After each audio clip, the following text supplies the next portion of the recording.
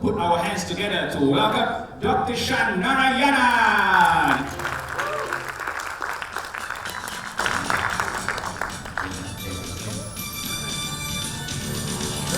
Hello. Hi, everyone.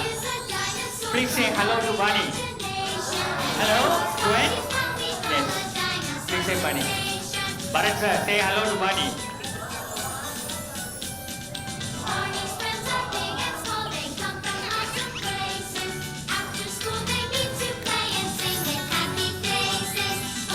I'm a pediatrician and I like playing.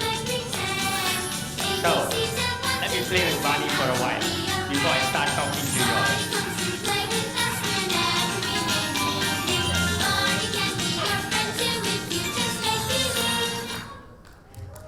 Very good evening, ladies and gentlemen.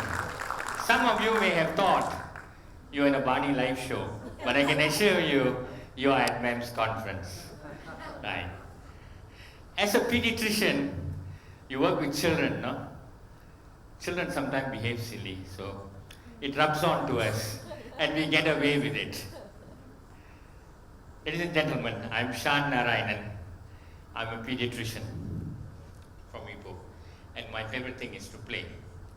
And next slide. There's a purpose for that song there. Yeah, it was fun. I like to play, but there's a purpose. The first line of the song is, Barney is a dinosaur from our imagination. The key word there is dinosaur and imagination. Why is that? Why are those the key words? What's your impression when you see that picture there? Can I have anyone to say? Chaos. Yes. Chaos. See, we are thrown, these terms are thrown at us. VUCA, Barney, chaos. Is chaos something new? Is chaos something new? Chaos has been there from prehistoric time. There's been war, there's been disaster, there's been disease, we have an influenza pandemic. So, chaos is a dinosaur. It's been there all the time. Probably now it's occurring as well. So chaos has been there all the time. Next. So men, being men, they always want to try to control the situation. Even if you cannot control the situation, we want to try our best to control the situation. And so they use their imagination to use the best language to describe the chaos, so that at least you know what you are dealing with. And that is how, that's why, okay, that's a repeat slide. So the VUCA, these terms may be familiar, you're already familiar with this term. VUCA was, in 1987, they used the term VUCA. Volatile, uncertain, complex, ambiguity. And as time went on, and when the pandemic came, the chaos was so much, and they felt that VUCA didn't describe enough. The imagination was not enough, because the chaos is much, much more. It was so sudden. Suddenly we stopped March 18, 2020. Poof, it's a stop. So they came in to the term Barney. Jeremiah Sisko, if I mentioned his name correctly, came up. Actually, he came up with the term in 2018. Brittle, anxious, non-linear, and incomprehensible. So the topic here is taking charge of our mental and physical well-being in a chaotic world. Right. That chaos there that you see, is it only in the world? Has it been inside you? Has anyone had that kind of a feeling at any time? Anyone want? Yes. Thank you. Yeah, you put up the hand. Thank you very much. April 26th. I woke up at 4:30 in the morning. I did my book writing.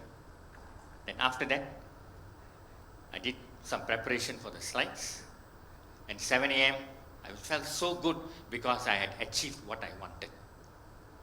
Then it happened. Tring, tring. my phone went. He said, Dr. Shan, there's a baby in distress, fetal distress. Mummy pregnant, fetal distress, there's meconium stained lico. When the baby goes fetal distress, the heart drops, the pediatrician's heart goes up, bum, bum, bum, bum, bum. It goes up. Baby's heart go to 60, pediatrician's heart rate go to 140, and it will go further higher because I was 3 kilometers away from the hospital. I looked down, I was wearing trousers, short pants, I can't jump into the car and run straight. So, I went, had wash up, and they call what is Mandi Karbao. Mandi Karbao, just like that, change something, get to the hospital. A very calm situation became brittle. Change. And I was there, 7:10, I left. By 7:25, I was in the theatre. But when I reached the theatre, the obstetrician wasn't there, the anesthetist wasn't there, the midwife wasn't there, the mother who was supposed to go for cesarean section wasn't there either. But I was there. So I was anxious, and it didn't make sense to me. They called me, but they're not there. And they came in at 7:40. And they couldn't comprehend how come a pediatrician who lives 3 kilometers away can be here in 20 minutes, but we are. Actually, the reason is when I was anxious, I didn't hear the message completely. It was, there's fetal distress, there's meconium stained liquor, but the heart rate is all right now.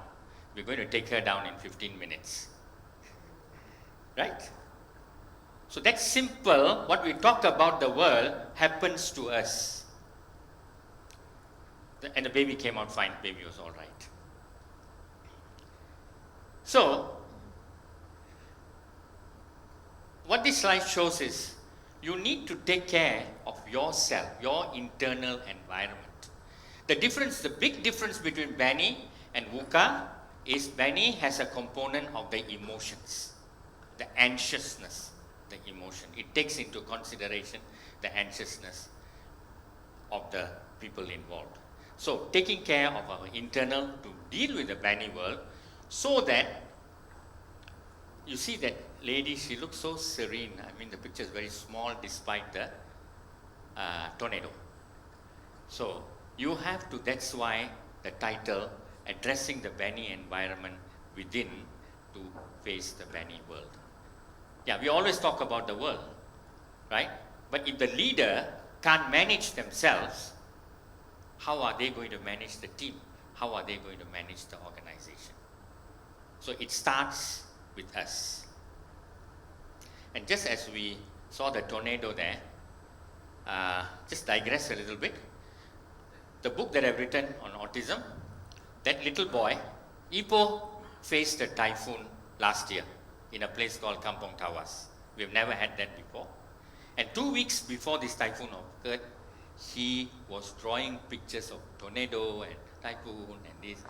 And the epicenter of that typhoon was in front of his mother's kindergarten.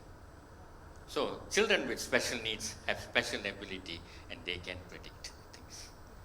Okay, coming back to the topic. So when I thought, how am I going to address this? So these are 3 questions that occurred in my mind. What is health? And what is the impact of a chaotic situation on health? And how to take charge of mental and physical health in a chaotic environment. The first 2 is very health education. But those are the foundations. I'll go through them very fast. WHO definition of health is a state of complete physical, mental, and social well-being, and not merely the absence of disease or infirmity. And in another paragraph, they emphasize mental health is very, very, very important. In fact, it is the core, the mental health. And if you look at the diagram, you have actually, you are healthy when there is a balance between the physical health, mental health, and the social health. Physical health, the 3 pillars of physical health are sleep, nutrition, and physical activity.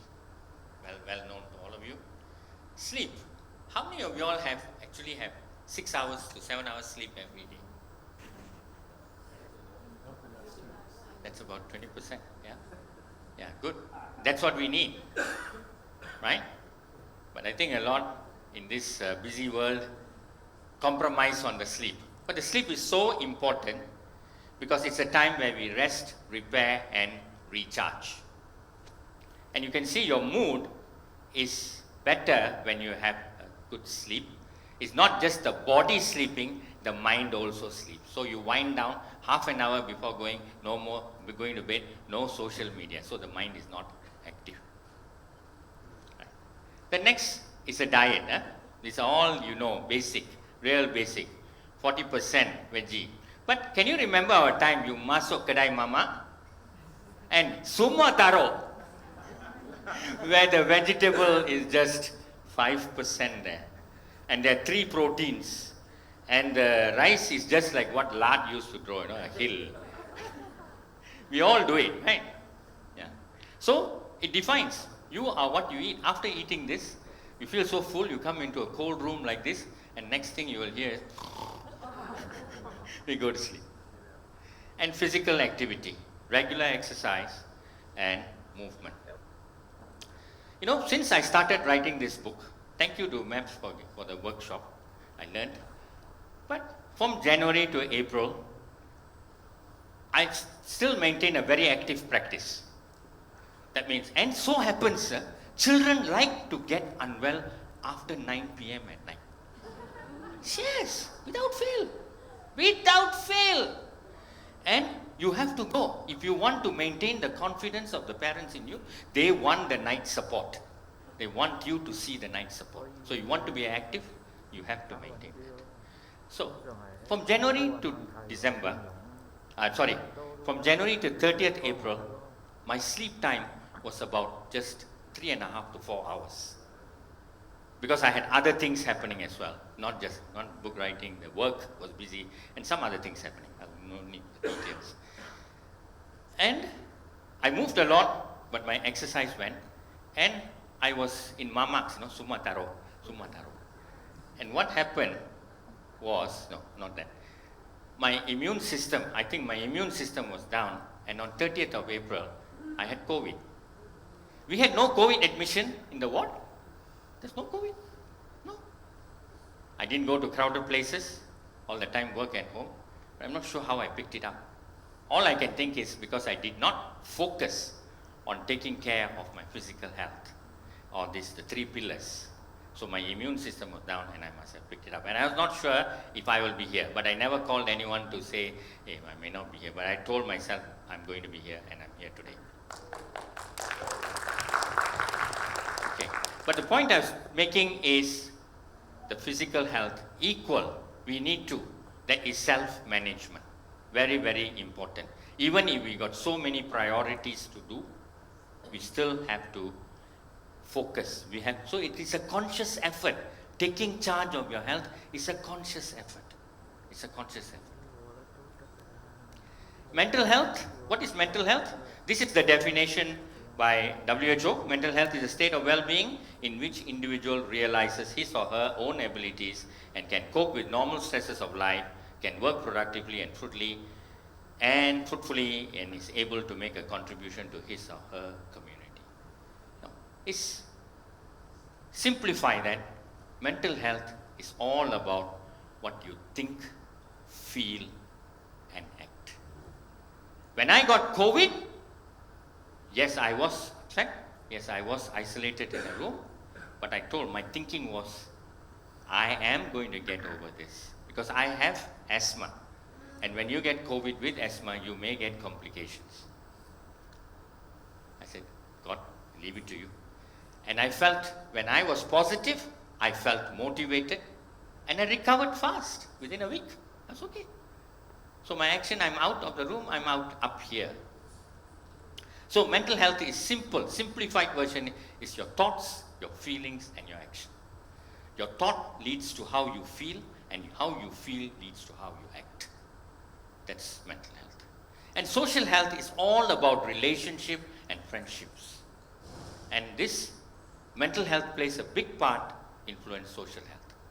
And there's also one more aspect of the health, though it's not in the World Health definition, is the spiritual health. Our very own spiritual health. And when the physical health, mental health, social health, and the spiritual health are aligned, that is when you are really healthy person. So what happened to me, the COVID, and how I felt was because of this, the stress source. The stress takes to reaction to, when you react to stress, it wear and tear, your immune system goes on, and you don't stop and you keep going. I was eating more and more. Actually, that when I reflect back, it was stress eating because of the lack of sleep, because I had to do so many things. So it is cycle, you go into that cycle. So I think God decided we'll stop him, 30th. Oh, 1 week break. You know, I went to the emergency department and they said, you want to admit? I said, no, my temperature was 40 degrees. I said, no, I'm go home, isolate myself. And they said, what do you want? And I said, I want a good sleep. I really want a good sleep. And that night, 30th April, I had really had a good sleep. Rested body and rested mind. And after that, though I had fever and this, I felt so much better. And when your mindset is not right, and that is when, that's why the mental health is so important. It has an implication on the physical health. That you're stressed all the time. It can put your blood pressure up. Right? And you are at high risk for cardiovascular diseases.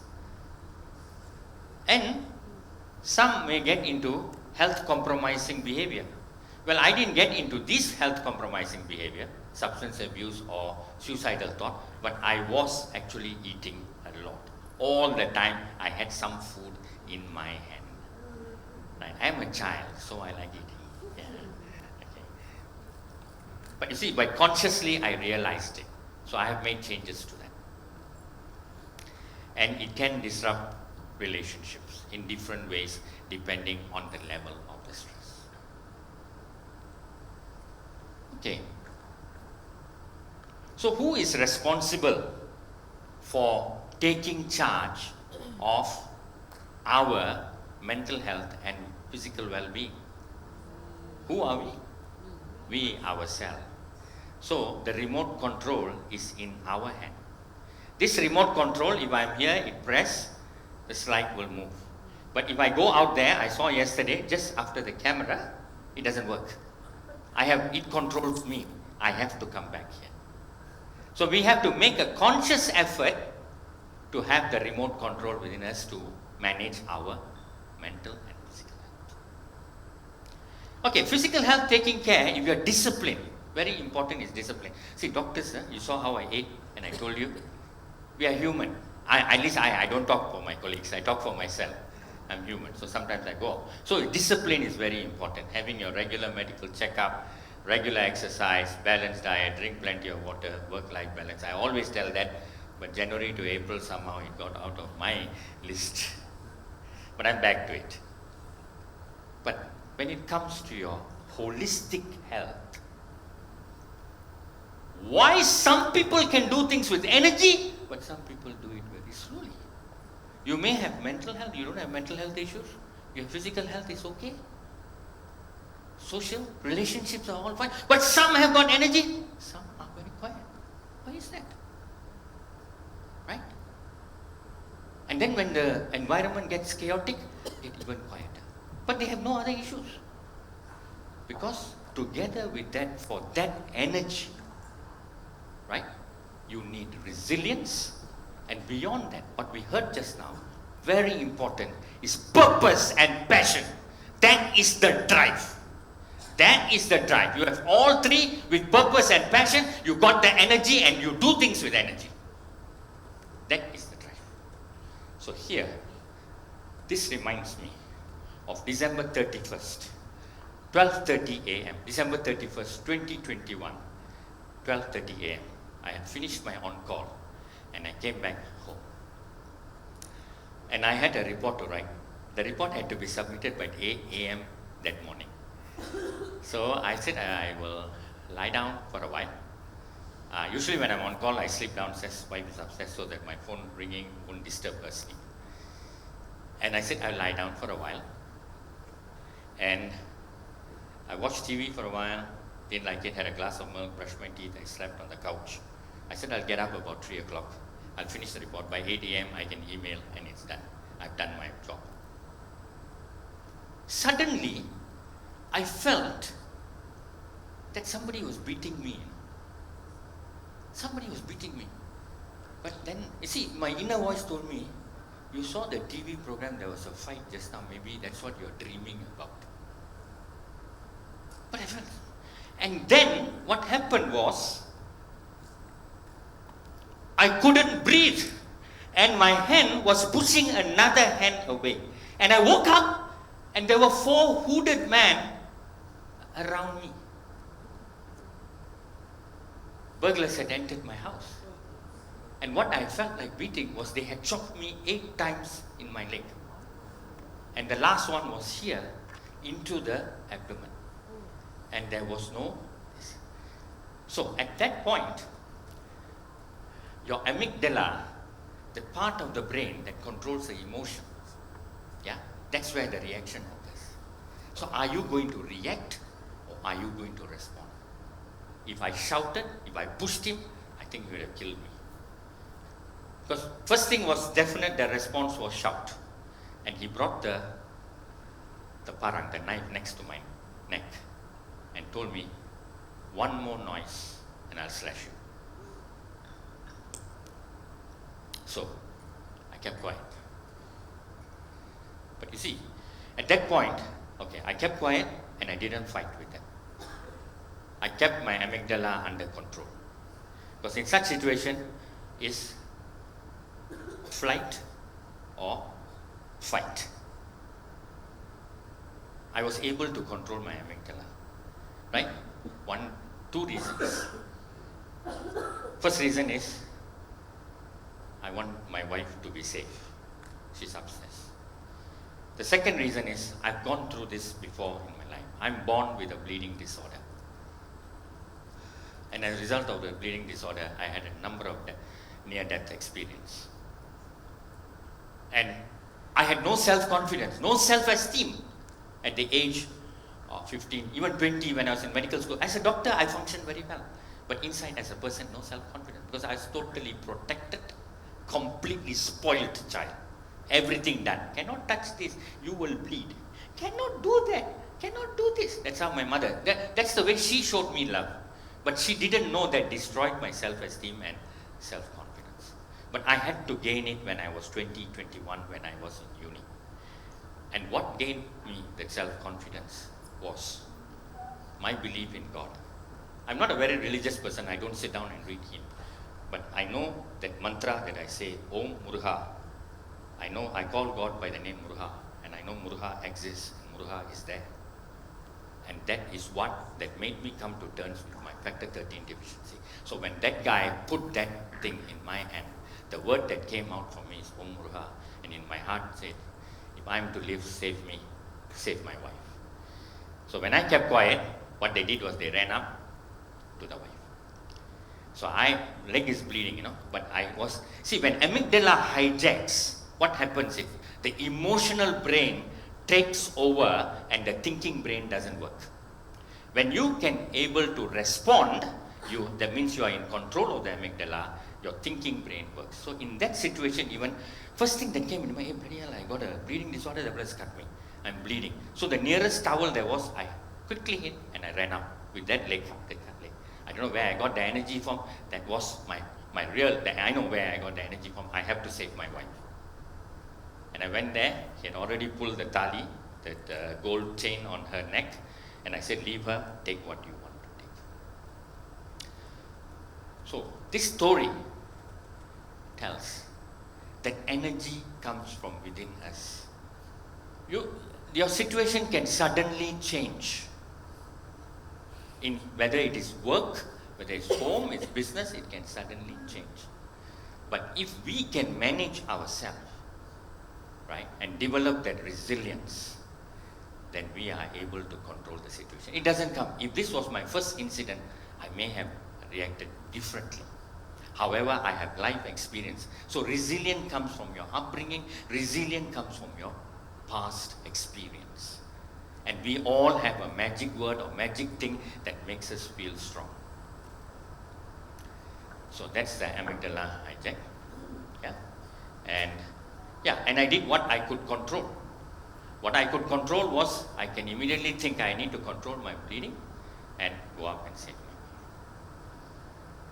So, we have coping skills. We'll learn these coping skills over time. As we grow up, as we experience difficulties, each time we are learning lessons. The coping skill can be emotion focused or problem focused. For instance, for some, when they feel stress, if you do exercise or you have a cup of coffee, you may feel better. That's emotion focused. Or for others, when they feel very confused, they do a problem list. Work what I have to do, and then you go. That is your problem focus. Sometimes coping skills can be counterproductive. When you get worried, then you can go into substance abuse. You can go into alcohol. Counterproductive. That is a counterproductive coping skill. And after that incident, 9 p.m. afterwards, we both will shake. Little noise, we are frightened. And very cute, no? Like lovers, 3 a.m. in the morning, somehow both will look at each other and the eyes will open. Because they came in at 3 a.m. And that fear will go off at 5 a.m. Because they left the house at 5 a.m. But how did we deal with it? I was told, go and see a psychiatrist. I said, I'll give myself 1 month. So we did mindfulness. So we did breathing exercises, and we also, every time the negative thought came, we tried to push it out. We worked. And finally, what made that happen? And we were only in one corner of the house we were using, dare not go anywhere else. And suddenly, God decided to give me COVID. That first time. This one was second COVID. That one was first COVID. When I have COVID, no choice. We have to use the house. I have to be segregated. My wife has to use upstairs. So when you get into problems, don't get drowned into it. Sometimes the answer will come in time. And we adapted. That's how we started moving around the house. We adapted. And we collaborated with the management. See, I was shocked. I live in a guarded area. How did they come in? I have alarm. I have CCTV. They still came in. But we collaborated with the police and the management of the housing area, and we worked on it. So, I've come to the end. Yesterday, I was very clever and I wanted to change the world. Today, I'm wise, so I changed myself. So to take care of your mental health and physical health, it has to come from you. Right? And annual, so have a self-care toolkit. And this is what I have in my health care toolkit. And now I have learned one new thing, ambulance drone number 7.